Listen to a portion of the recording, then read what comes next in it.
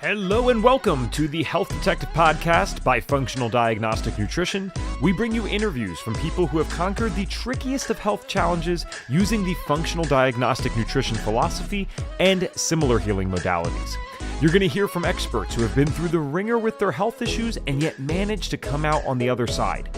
You can always visit us at functionaldiagnosticnutrition.com, but for now, here is today's episode. All right. Hello, my friends, and welcome back to another episode of the Health Detective Podcast by Functional Diagnostic Nutrition. My name is Evan Transue, aka Detective Ev, and I will be your host for today's show, episode number 413 of the Health Detective Podcast. If you were live with us, or are live with us rather, thanks for your patience. This is actually a guest today who has amazing information and represents an amazing organization. That's why we wanted to have him on. It's a direct recommendation from Reed Davis himself, founder of FDN, but this is not someone who is, doing these crazy Instagram influencer things where they go on 5 podcast runs every single week. So we appreciate him being here. There's a slight delay between myself and him on audio, but it's nothing that overlaps. So you guys will definitely still enjoy this today. And before we get into the actual episode and what we're going to be discussing, I want to invite you guys next week, May 12th, the week of May 12th, to our first clinical summit week. And we will have a link for that below. It's fdntraining.com/CSW. It's a completely free event, so there's really no reason that you shouldn't at least get registered for it.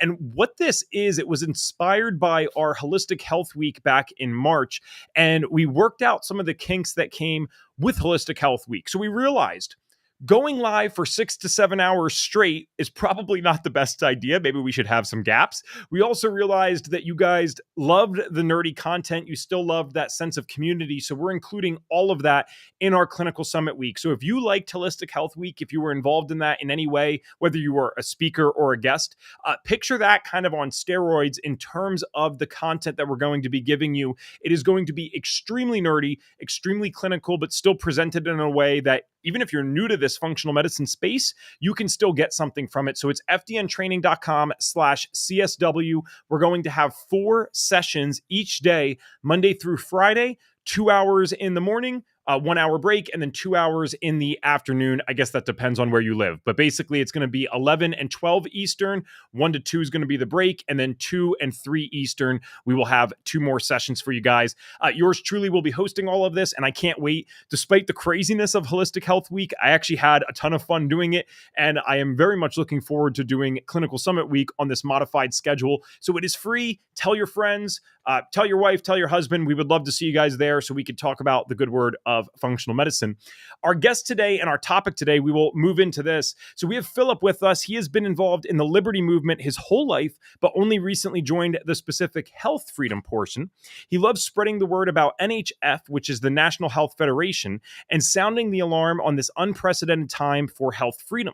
He's married to his wife, Rachel, and has 3 boys, Everett, Atticus, and Weston. He lives in Virginia and is originally from Pennsylvania, like myself. He loves meeting others and networking. So Phillip and I are both very efficient with our time. We scheduled for 30 minutes last week to talk before the podcast. We both agreed that we were going to stay on for 10 minutes, and then we had to cut it at an hour and 7 minutes because we just got along great and had an awesome conversation. And guys, remember, there is just a slight few second delay between when I finish speaking and when he talks. It's no overlap, but if you're wondering if it's on your end, it is on ours. So don't worry about that. And Phillip, welcome to the show. Thank you for being here on the Health Detective Podcast. Thank you, Evan. It's a real honor to be here. And thank you to Reed Davis as well. Awesome. And if you guys know Reed at all, if you heard him any podcasts or even in the course, you know why he would be representing something called the National Health Federation. And Phillip, that's actually the first thing I want to dive right into. I think it's one of the main things I want to discuss today because this is something that every FDN really can and should support, in my opinion, but we'll kind of prove that today. So let's talk about what is the National Health Federation, and feel free to go in as much depth as you want. Like, what do you guys stand for? What are the beliefs? And what's the mission? What are you guys out here doing? The National Health Federation is the world's first health freedom organization. Now, it's kind of a buzzword to say health freedom, thanks to the MAHA movement and RFK. But we started in 1955, before I was born, and helped secure a lot of freedoms that we take for granted now, such as chiropractic care. That was not a foregone conclusion in the 50s. Doctors' offices were getting raided. HF helped to sound the alarm and provide legal and logistical support to chiropractic care. So, oldest one in the world. Another distinctive feature is that NHF is the only health freedom group now and probably ever that's in Codex, a United Nations subcategory of international countries that determine food standards. And can we touch a little bit more on the codex thing? Because I don't fully understand that. I feel like, especially talking to you privately, maybe I'm misinterpreting this so far. I feel like you'd be someone that probably wants to move away from huge regulatory bodies, or especially an international regulatory body. So maybe I'm misunderstanding what that is. But what is this codex thing? Because I actually still don't know. We brought it up on the call together, obviously, but I purposely didn't pry into it because I wanted to approach this interview with a healthy amount of ignorance. So I had never heard that before I talked to you on the phone the other day. What is that?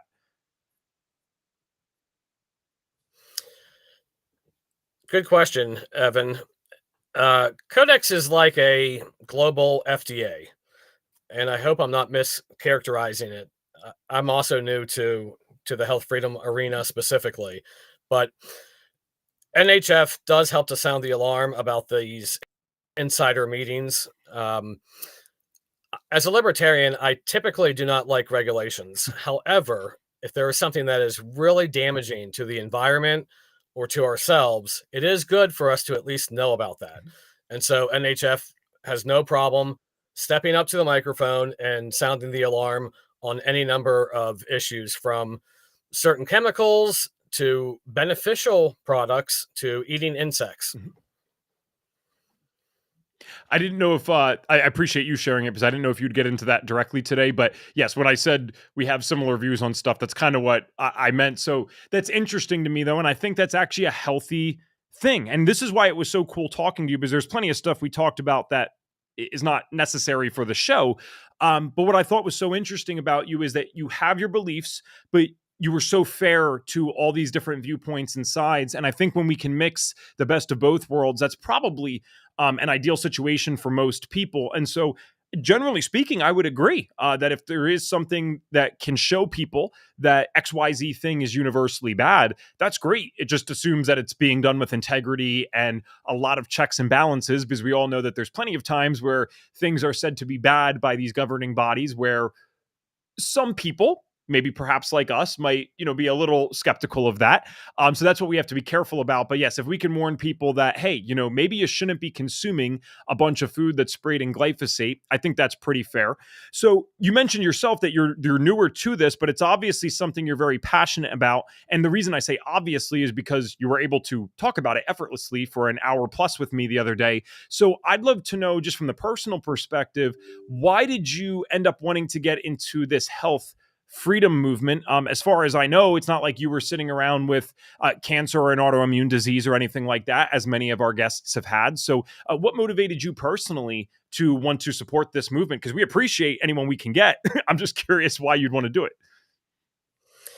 And just to clarify, Evan, NHF is strictly nonpartisan.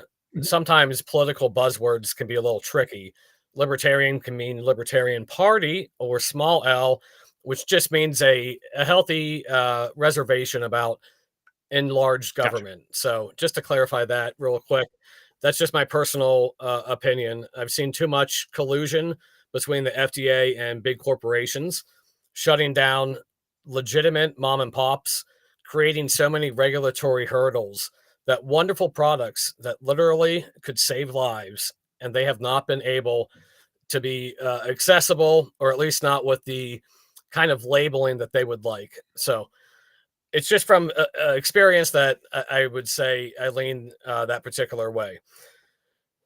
Okay. The reason why I was excited to come on board with the health freedom movement, we are in a very unique time in history because of a trifecta. We have RFK representing the MAHA movement, an outsider, a disruptor, someone that wants to look at everything through actual science, not so much of a bias that exists in many of these government and regulatory agencies. The Supreme Court struck down the Chevron decision. Mhm. Now courts have to look at actual evidence from both sides, which seems like a no-brainer, but the courts were defaulting. And lastly, Trump. He has allowed this atmosphere of allowing outsiders in.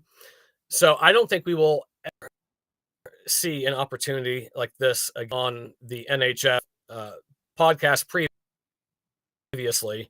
We have a Zoom at 12 p.m. and Reed was a part of that. And I just really encourage people, it's put up or shut up time. Hmm. If you care about health, if you care about freedom, if you care about health freedom, now is the time to get involved. There won't be another time quite like this. And we don't have as long as people think, because the party in power almost always loses seats.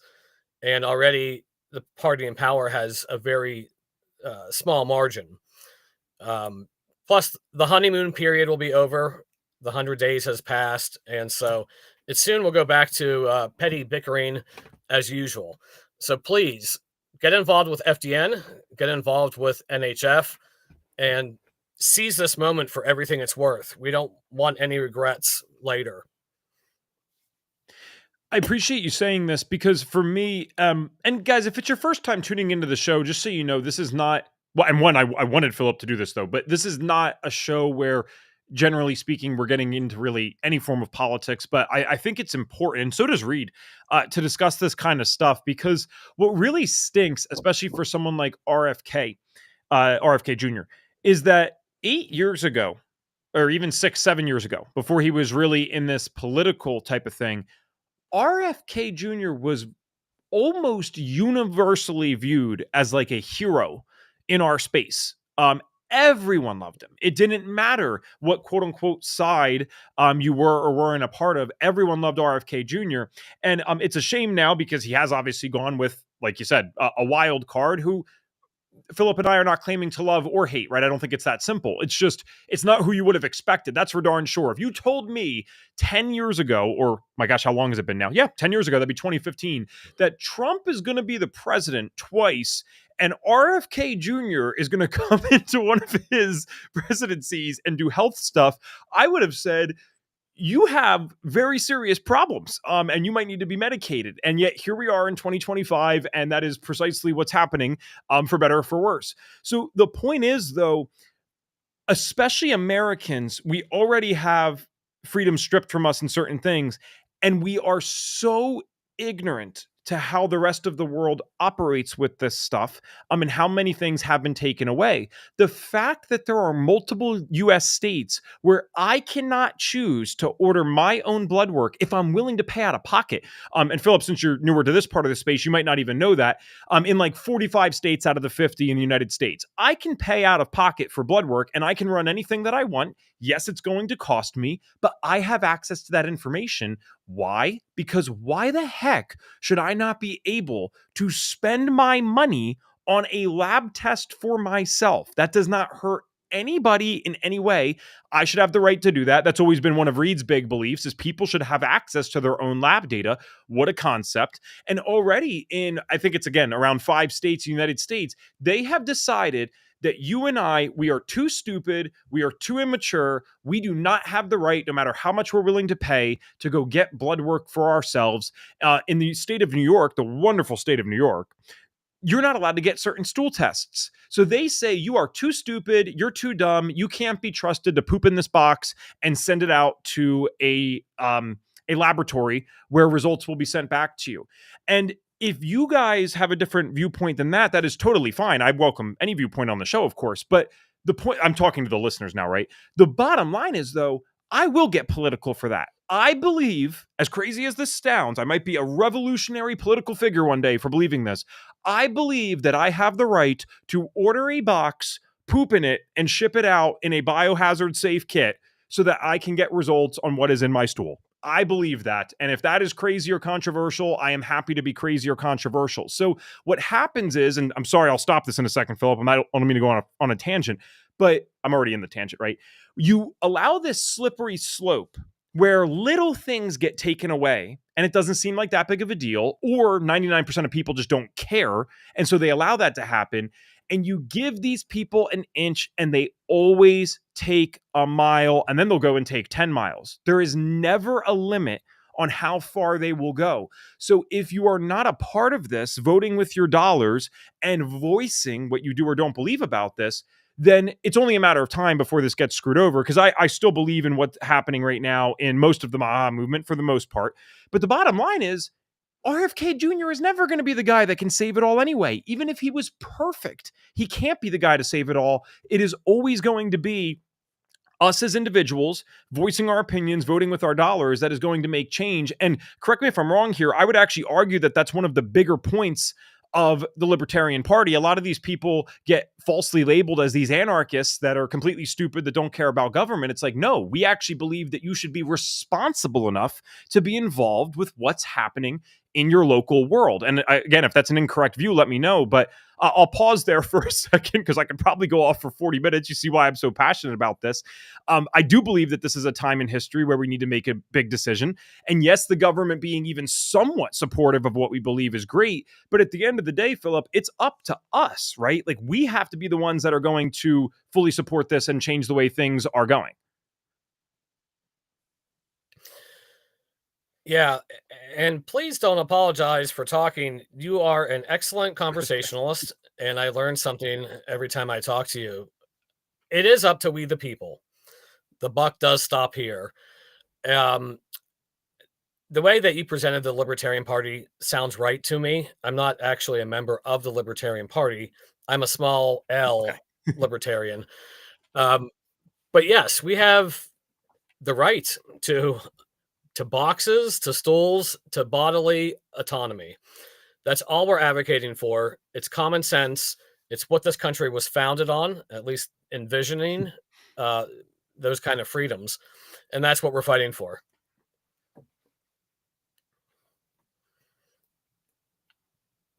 Sorry, my delay screwed me up here. Okay. So with the National Health Federation, you actually, you met Steven, our content producer, at a conference recently. I know Reed was there as well. And I wanted to talk about these things because we always have FDNs that are looking to go to conferences and, support missions. They don't have to go to a conference to support you guys. There are other ways to do it.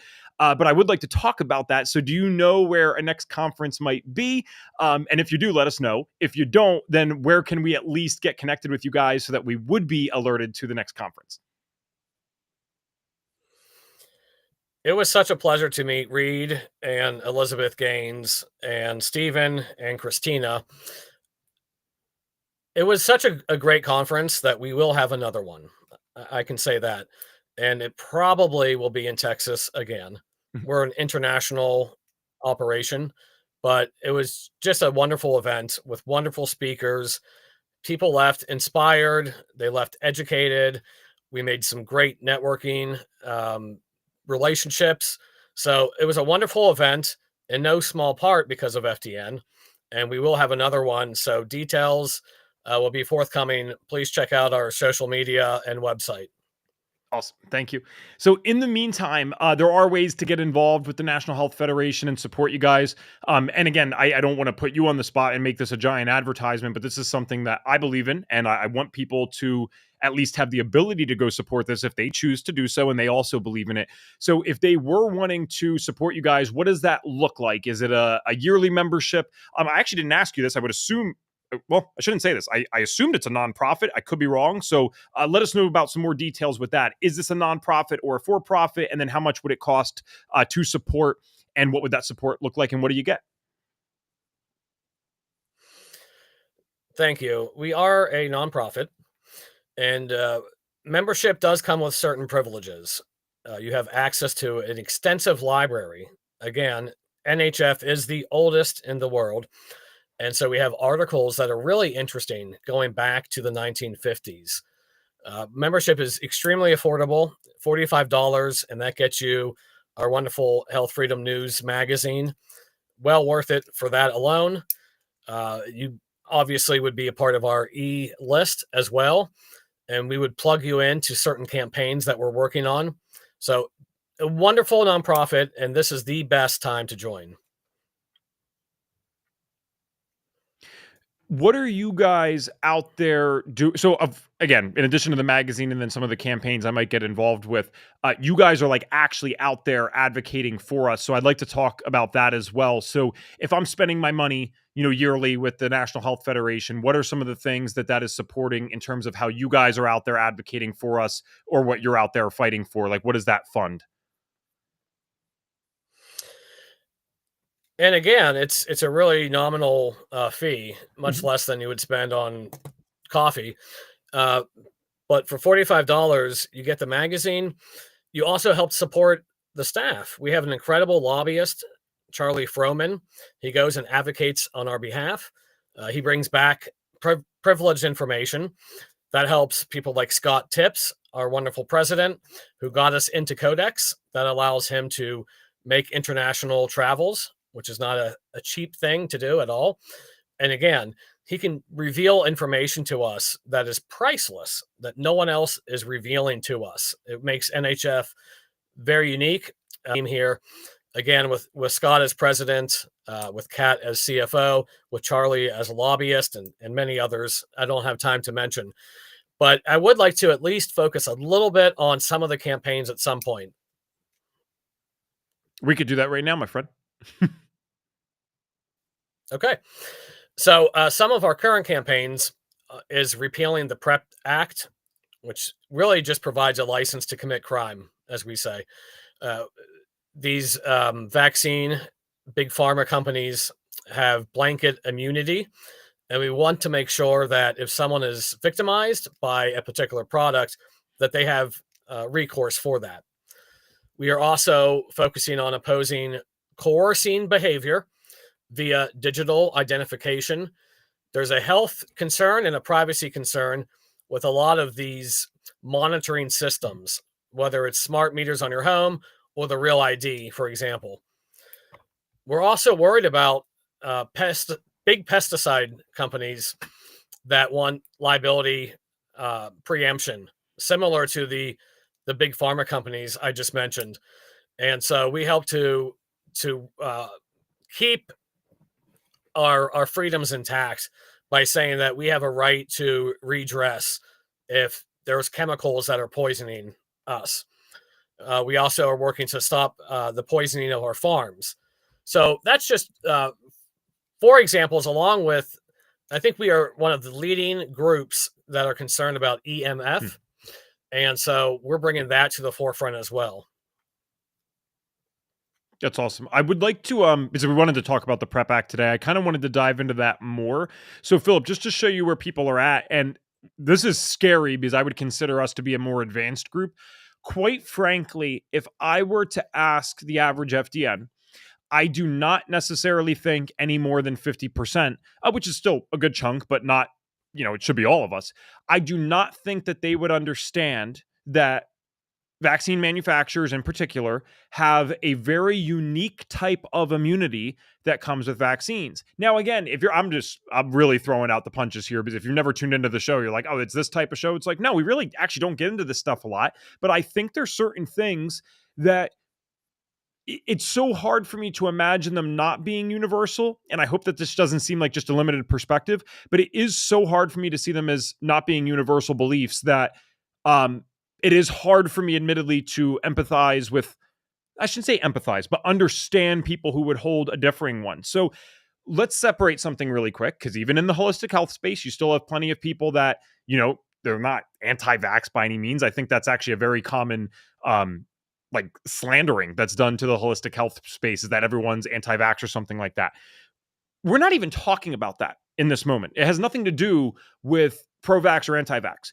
I think any reasonable person, or at least I would pray any reasonable person would agree that if a medication, so let's just take the vaccine out of it for a second, let's say Xanax, let's say an opiate, if something is being mass produced and sent out to many people and it hurts them, in a way that was not intended or warned about, that should be something that the individual has a right to do something about.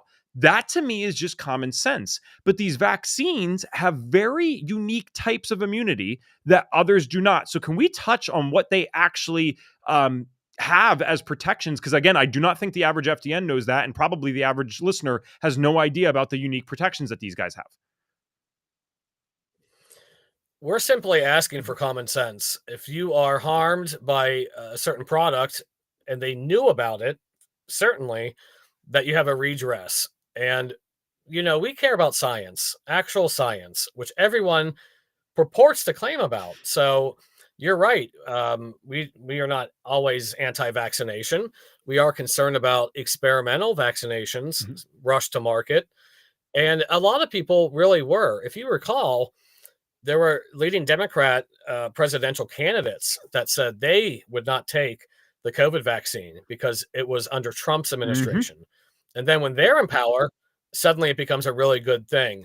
And then the opposition now critiques it. That's just one of the many problems we have with only having two political parties here and all the silly bickering. But certainly, we just want fair science. We want fair products that will not intentionally or even unintentionally, but with foreknowledge that would hurt the populace. And obviously, if you cannot be sued, it takes away a huge accountability for your products to be as pure as possible. And I apologize because I was thinking back, and the way I worded my question, your answer was totally appropriate for how I worded my question. I'll reword it though, because that's what I'm saying. I don't think people even realize what you just said. So if I got hurt from certain medications, I can sue. But if I get hurt from a vaccine for what has it been, multiple decades now, I am not allowed to do anything about that. Is that correct? Because some people would read that and be like, oh, that's a conspiracy theory. But just to be clear, what I just said is correct.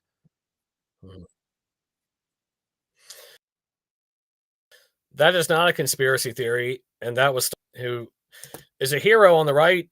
A lot of people that are pro freedom. But again, power in the hands of government can be a very dangerous thing.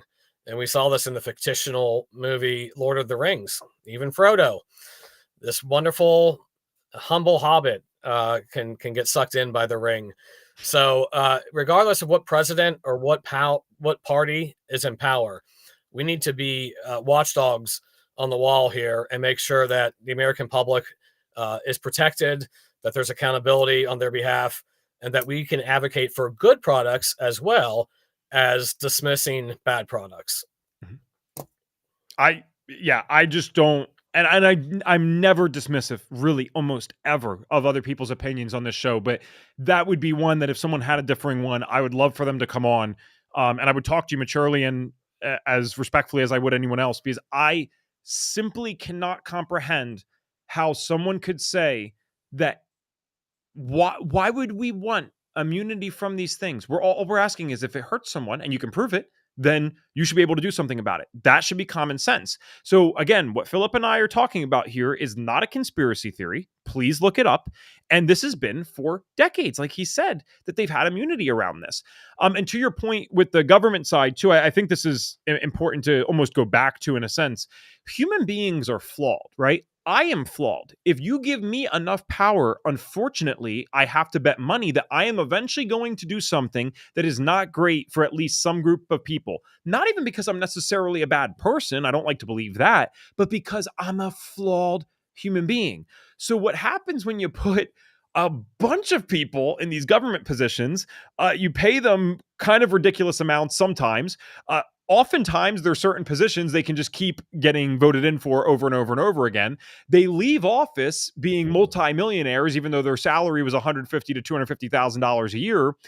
And you give them insane notoriety in the news and all this kind of stuff. you attract a certain type of personality profile. This is not my opinion. Again, please look this up. You attract a certain type of personality profile that is not particularly favorable, ironically, for those types of positions. And so not only do you have to deal with the inherent flaws that come with most human beings, now you're dealing with overrepresentations of narcissism, psychopathy, all these wonderful things out there.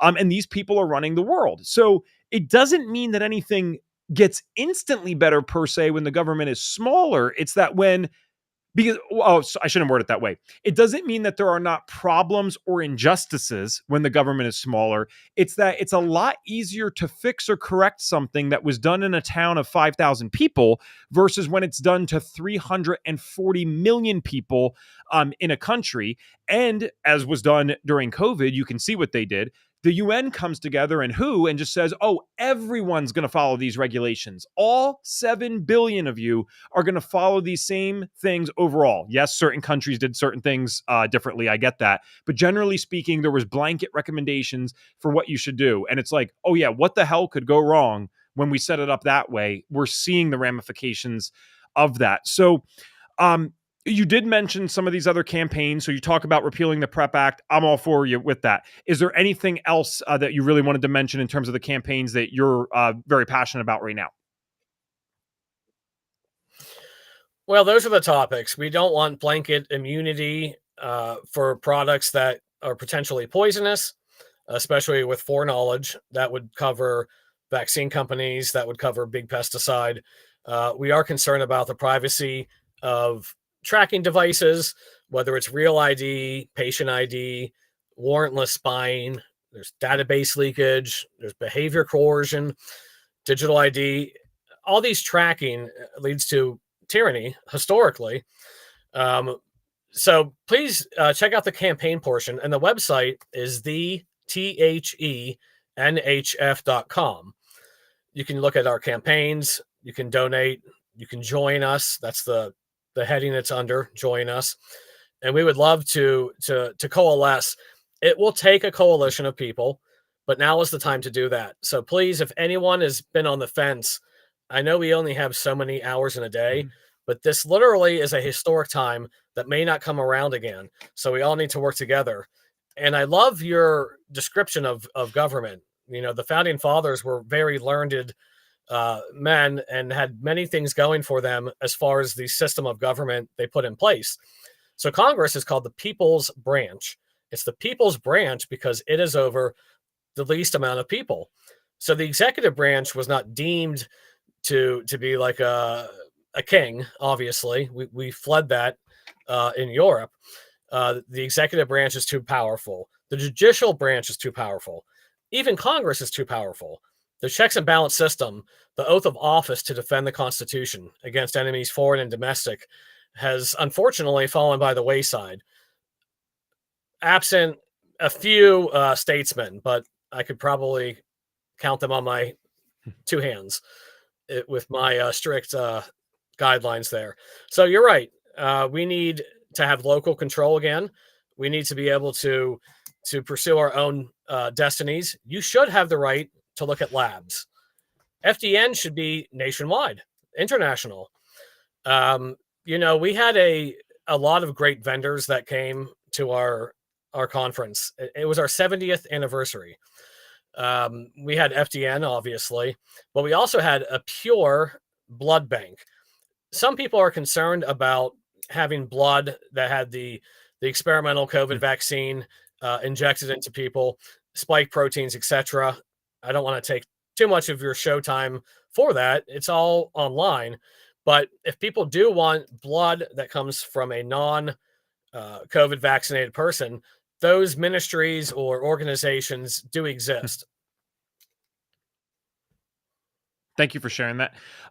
We probably could go into a million of these subtopics for a long time, but I'm actually really curious about the Real ID in particular. This is something, for those that don't know, this would be relevant to our US-based listeners. We do have an international audience, but it's primarily US-based.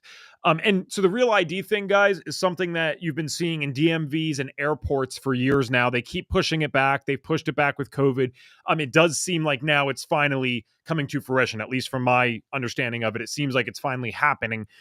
So why is something like Real ID a concern to you? Because the government always pushes these things out under the guise of convenience and security, which in theory, maybe it could be those things, but there's definitely other ways that these things get used. So, with Real ID in particular, what are the main concerns on your end? There is a enormous privacy concern, and we've seen how many even supposedly secure government entities and agencies have been hacked by unscrupulous actors looking for money, hacked by foreign policy adversaries, China, North Korea, Russia, etc., have all hacked into secure sites.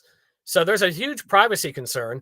There's also a health concern. I don't want people scanning things on me. I want the least amount of EMF and scanning as possible. I would much rather show a passport, show a driver's license, something of that nature. So in the United States of America, you still can travel domestically without the Real ID with a passport. Now, that won't be recognized overseas. So that is a judgment call you have to make. We represent a lot of people, and certainly some of our people have the Real ID, and there's no judgment about that. I don't. A lot of people do. That's your decision. That's what the whole thing is. We're all about freedom. You have medical freedom. You have the decision to be tracked if you want to be tracked and to jump through the government's regulations. That is totally up to you, but it's not in my house currently. Yes, it's not in mine either. I think that's one of the biggest misrepresentations about organizations like this, or I'm not trying to equate this directly. It's just something that I actually kind of see philosophically as similar. Like, so even like the Weston A. Price Foundation, and you got the Children's Defense and all this kind of stuff. Guys, this is not about pushing our agenda either. This is about the ability to say that you can't push yours on me either, right? Like the Real ID being forced upon everyone to do certain things, that generally speaking is a problem. To your point about the EMFs, it is asinine to me that the way, especially how they rolled out 5G, did we get a vote on this? And this is where you can really tell that the two parties are never as individualistic as they make themselves seem. Did anyone in either party get to decide and vote on the fact that we're just going to roll out 5G and it's all of a sudden going to be hitting your body pretty much wherever you live in the United States and now in many parts of the world as well?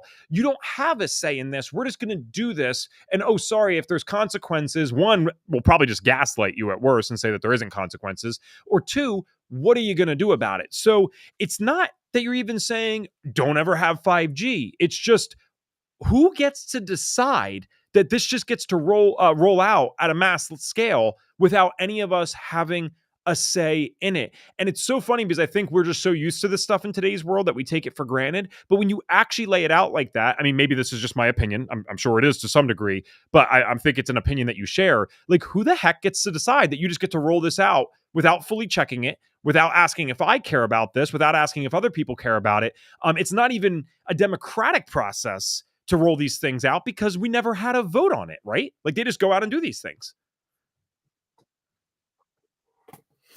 Evan, that is so true that the two-party system does actually agree on a great deal. They agree on keeping out third-party voices. They make the signature requirement to get on the ballot extremely difficult. And so instead of hearing a potentially better message, or at least a competitive message, all their time, independents, third parties, are spent gathering signatures. It takes a lot of time and money. That's just one example of how the two parties do collude on certain things. Also, preemptive warfare. The NDAA passes every single time. But we will work with anyone. There are people that do care in the Democratic Party, in the Republican Party, certainly in the Libertarian Party. And thanks to Justin Amash, there was actually a Libertarian Party congressman for a short time there. So there was a tri-party FECTA, and we will work with anyone that helps roll freedom forward. That's awesome. I don't know this offhand, so I wanted to ask this. Are there any local ways to get involved with NHF? I wasn't sure if this is a place that has like chapters and stuff, or would it basically be this, what seems to be perhaps an annual conference coming up? Would that be the best way to get involved with other chapter members, or how would that work if there's any ability to do that whatsoever? No worries if not. We have had chapters across the United States, and that is one of my many goals, is to resurrect some chapters. COVID affected a great deal of things, as you might imagine. But yes, we will be bringing back an increase of chapters. But for right now, everyone should sign up for our e-list, get our emails. Everyone should become a member. Physical magazine, and you want a cheaper alternative for membership, even though it's already extremely affordable, you can get a digital membership and still look at the magazine online. So between the magazine, social media, we're on the major platforms: X, Facebook, Instagram, LinkedIn, etc. That's a great way to keep in touch with people. We not only have a Facebook page, but we have a Facebook group. So we have thousands of people that can dialogue together and learn about health and freedom, things of that nature. And of course, we have the website. If there's any questions, people can call, they can write us. You can write to the magazine editors. So there's a number of ways where you can get involved, but please do check out our social media and our website at bare minimum. And again, that is thenhf.com. And also check out FDN. Thanks. They're doing some pretty cool stuff too. Awesome. We got about 9 minutes left in the show. I got some, I won't call them random questions per se, but just, I think you're such a reasonable guy. I like that we're sharing opinions, because I think people have gotten so scared of this in today's world, because you share your opinion and 50% of people are yelling at you and hating you. And it's like, I want to bring back discussion with reasonable people, and getting to talk to you beforehand was so helpful, because it's amazing to talk to a guy that is, in my opinion, extremely well balanced with your views. You seem very fair to other people. You seem like you actually give a dang, which is very nice in today's world as well. You're not just trying to be right. You're trying to figure out like, hey, what is right for other people? There's a huge difference. So one of the questions I wanted to ask you and just get your opinion on is, I had kind of alluded to this idea that RFK Jr. being up there, it is awesome, in my opinion. But at the same time, I don't know that he's going to be our hero per se. In fact, it's just creating controversy in a sense. And I really do believe that at the end of the day, it's up to the individuals to kind of fix this. Now, one could also argue he's bringing mass awareness to things that, people like myself have been fighting for years. And when we're shouting this, it normally falls on a lot of deaf ears, not completely, but many deaf ears. So maybe bringing awareness to it's already a good thing. I'm not sure. But what is your opinion overall? Do you think he actually has the power right now to make significant differences, or do you still think it, at the end of the day, is up to us as the individual? Or I suppose both could be true, but I'm curious of your opinion on that. Certainly, again, the buck does stop with us. The buck stops here, and that is with we the people. But it is a really miraculous thing that Secretary Kennedy has this position. He can do a tremendous amount of good. He's cutting out some of the waste, fraud, and abuse, some of the distractions. He's bringing back real science. He's nominating a lot of wonderful people. The department has never looked better from a health freedom perspective, at least during my lifetime, that since I've been following this. So he can do a lot, again, both with hirings, both with firings, and bringing attention to certain things. He was taken out of context recently, as he oftentimes is, but he was talking about profound autism and wanting to get to the bottom of what is causing this huge uptick in autism, and not making a claim, wanting science to show us the way. So those are many ways in which he is really, really helping the cause. But certainly it takes a coalition. Mm-hmm. It takes groups like FDN working with NHF, vice versa, lobbying our congressmen, writing letters, making phone calls. And again, if there's a coordinated campaign, that would be the most effective. And that's why I really encourage people to get with us on some of our campaigns and produce these historic wins for health freedom. Awesome. That's the only thing that has ever changed anything in history, is people just being fed up or remaining fed up and making sure that they're fighting for the right things. We talked about this on the phone, this cyclical, excuse me, kind of nature in history where you see we get comfortable as people, including myself, fully including myself. We get comfortable as people. We take things for granted. And then the people in power who not always have these traits, but generally speaking and statistically back, not just my opinion, are overrepresented with psychopathy and narcissism and don't necessarily care about the average person all the time. So they are going to want more and more power. It's a part of their personality profile. And as most of us become more laid back and more lenient, and we forget the injustices and atrocities of the past, we allow these people to do that. And eventually they push too far, and then we fight and rebel back. I am not attempting to fearmonger or say that that cyclical nature could all of a sudden be over tomorrow. But one of the things that I worry about is as these people get stronger, especially from a technological standpoint, that's concerning to me because rebellion has worked. And I don't mean, guys, violent rebellion. That's not what I'm saying. You know, there's always going to be someone out there that misinterprets what you're trying to say. I'm not saying that. But rebellion has always worked best when smaller groups of people are getting connected and actually talking about this stuff and scheming something up. But again, COVID destroyed a lot of that. So they already pushed that down. Then at the same time, what happens when we live in a world which we are dangerously close to in the United States, where there is constant known monitoring, and the first one that is bold enough to take the step and push forward is immediately smacked down like a whack-a-mole or something, and then the others learn that we can't stand up because we're going to get smacked down too. And if you don't believe that that is possible, all you have to do is see what China has already achieved. They have 1 billion people in their population. How do these people not rebel of some of the stuff that's happening? Atrocities, Christians, Muslims in concentration camps and work camps in China. That is not my opinion. Look that up. And the only thing that we know that is not true is that they're probably lying about the number that's in the camps. We know that there's probably more. You can't speak up against the government there. How could they pull that off? It's 1 billion people against maybe a couple million if they're lucky. How could that work? You know how it could work? Constant monitoring. They have social credit scores. Oh, Ev, that's a conspiracy theory. No, it isn't. Look it up. Social credit scores have already existed in China for several years. And ironically, 5G is one of the technologies that even makes that possible.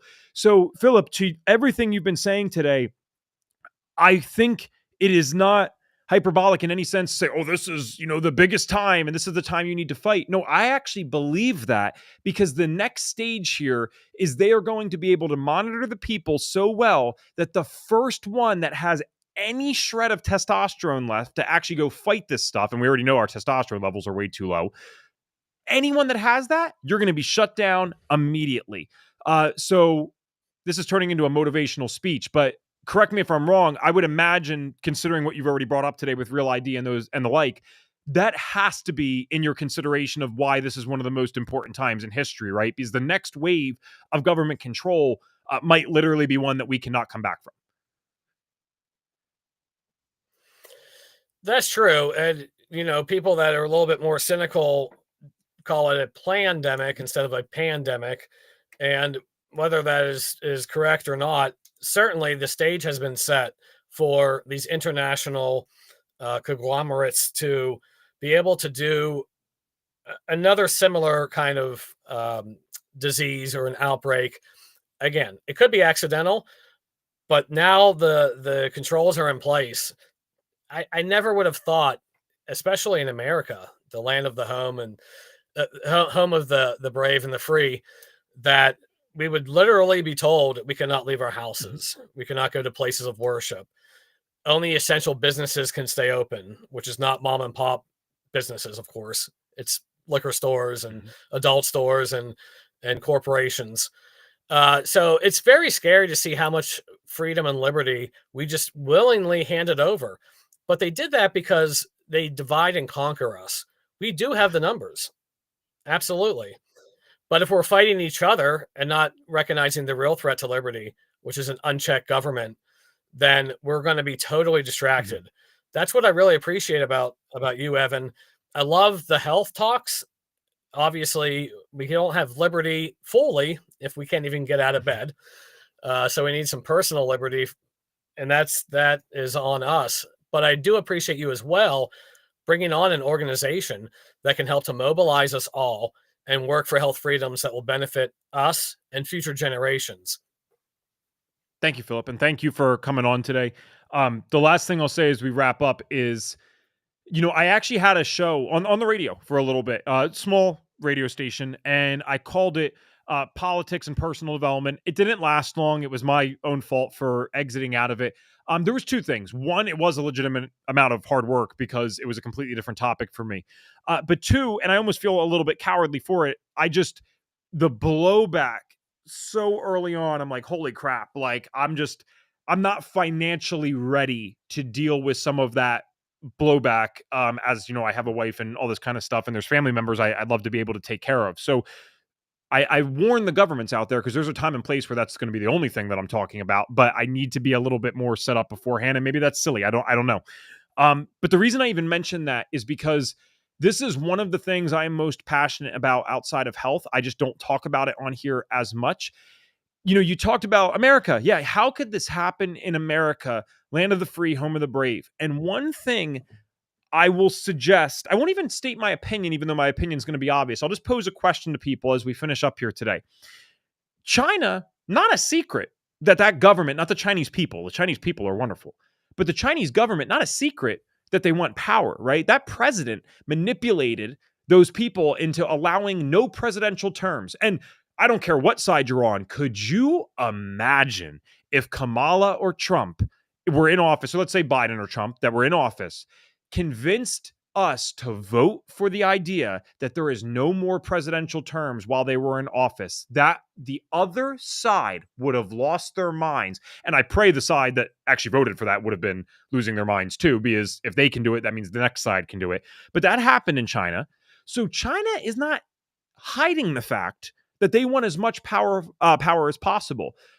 Russia does not hide the fact that they want as much power as possible. So I will ask you guys as we finish up here today, and this is why I'm so passionate about making sure America stands and stays healthy and actually fights for this stuff. Tell me what stops right now today Russia and China from doing whatever they want with the rest of the world.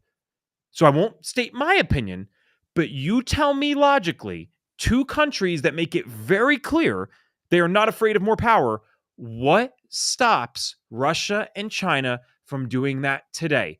And although I do not necessarily like the abhorrent amount of military spending that the United States has, it is pretty hard for me to argue that we're not the last thing in their way. And if this falls, man, well, I don't want to know what's next. So I think the only logical thing to do is to fight. That doesn't mean fight violently. That's not what I mean. But you fight with your voice, you fight with your dollars, you fight with common sense.